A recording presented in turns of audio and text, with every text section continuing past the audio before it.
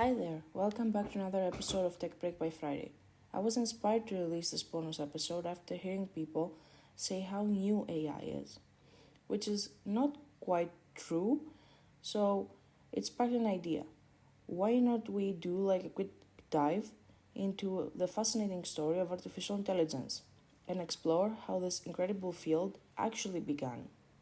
So, this is what we are doing today. We take a mini time travel adventure. So, before we jump in, if you enjoy what we do here, I'd be grateful if you could take a moment, rate the podcast on whatever platform you're listening on, whether that's Spotify, Apple Podcasts, or somewhere else. It's a small click for you, but it generally helps the show to reach more tech curious people. So, are you ready to take the journey with me right now?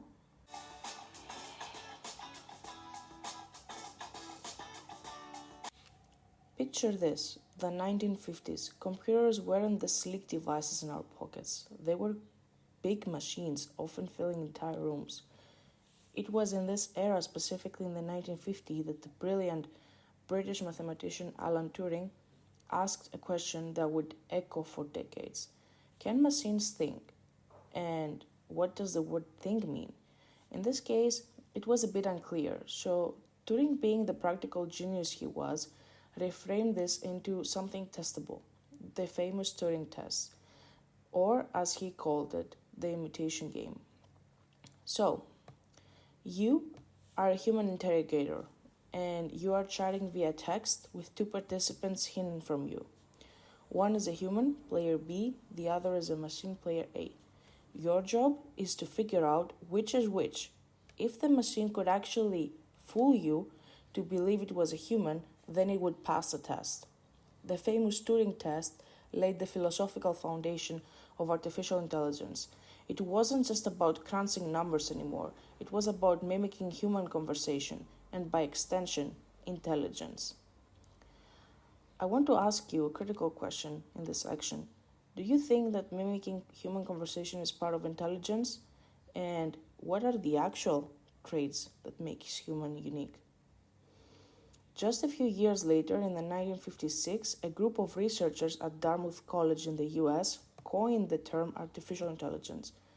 Basically, they actually defined what artificial intelligence could mean.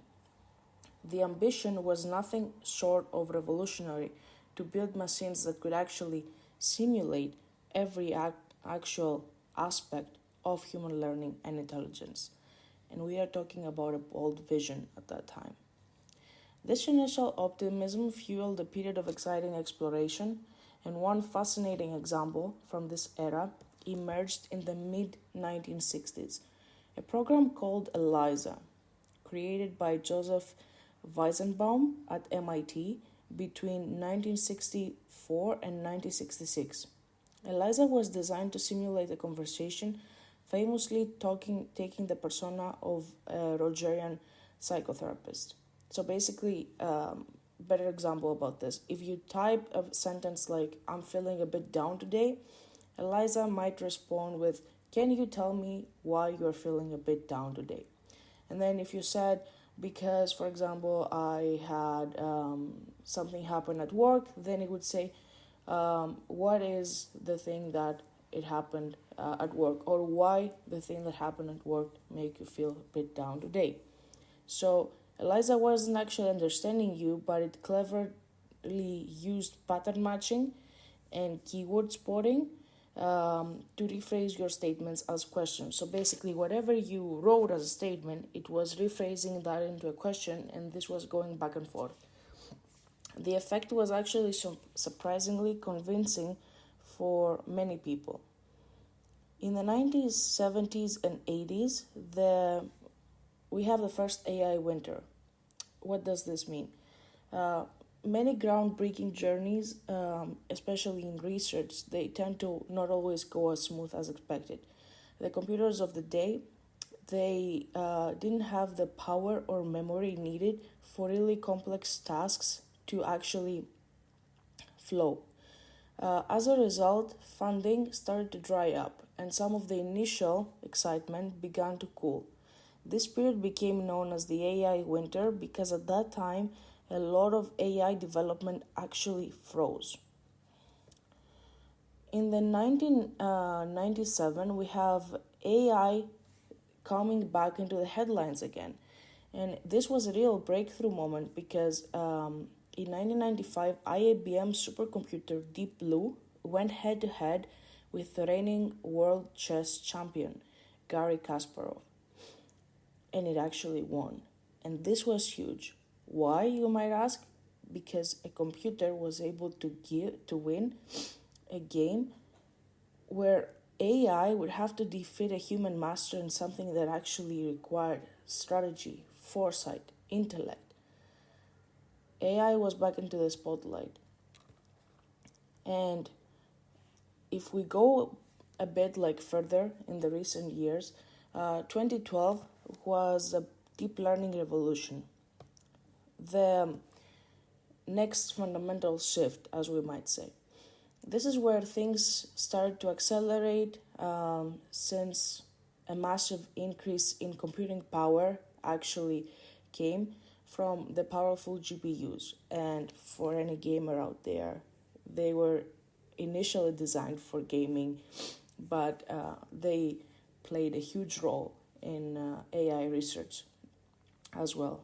The availability of vast amounts of data that were coming also from the internet, this was also huge.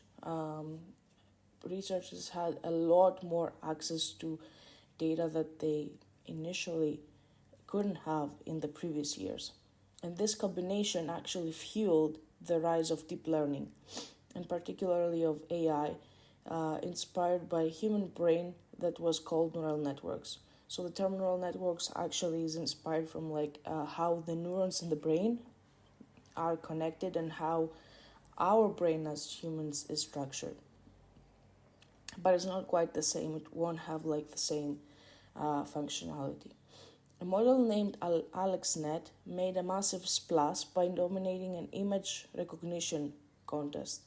And for the first time, AI could basically see and identify objects in images.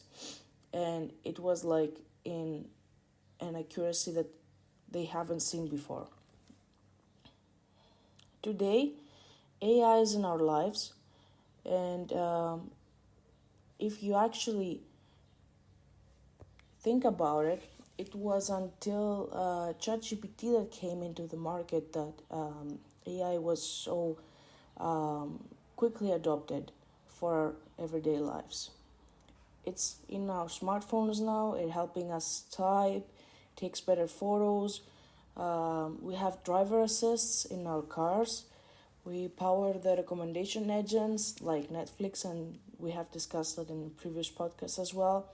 And it can suggest to us what we would watch, listen, and learn or create. If it's used correctly, it's helping us work faster, more productively, and enjoy this modern world because it provides us with recommendations on what to learn, what to see, and what we can do to better make ourselves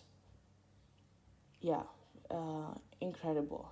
From Turing's pivotal question to the sophisticated tools we use daily, it's been quite a ride, and honestly, it feels like only just the beginning. There's so much more to explore and understand, which is exactly what we try to do here on this podcast. If you like this little trip through AI history and found it helpful, please consider sharing it with a friend or colleague who might also find it interesting. Also, I would like to mention that the use of AI should always be around the ethics and governance. It should always be part of how we use AI responsibly and make sure that we don't actually violate its use. So if you're interested to talk about this topic in future episodes, please leave a comment down below. Thank you very much. Have a great week. Stay curious and keep building.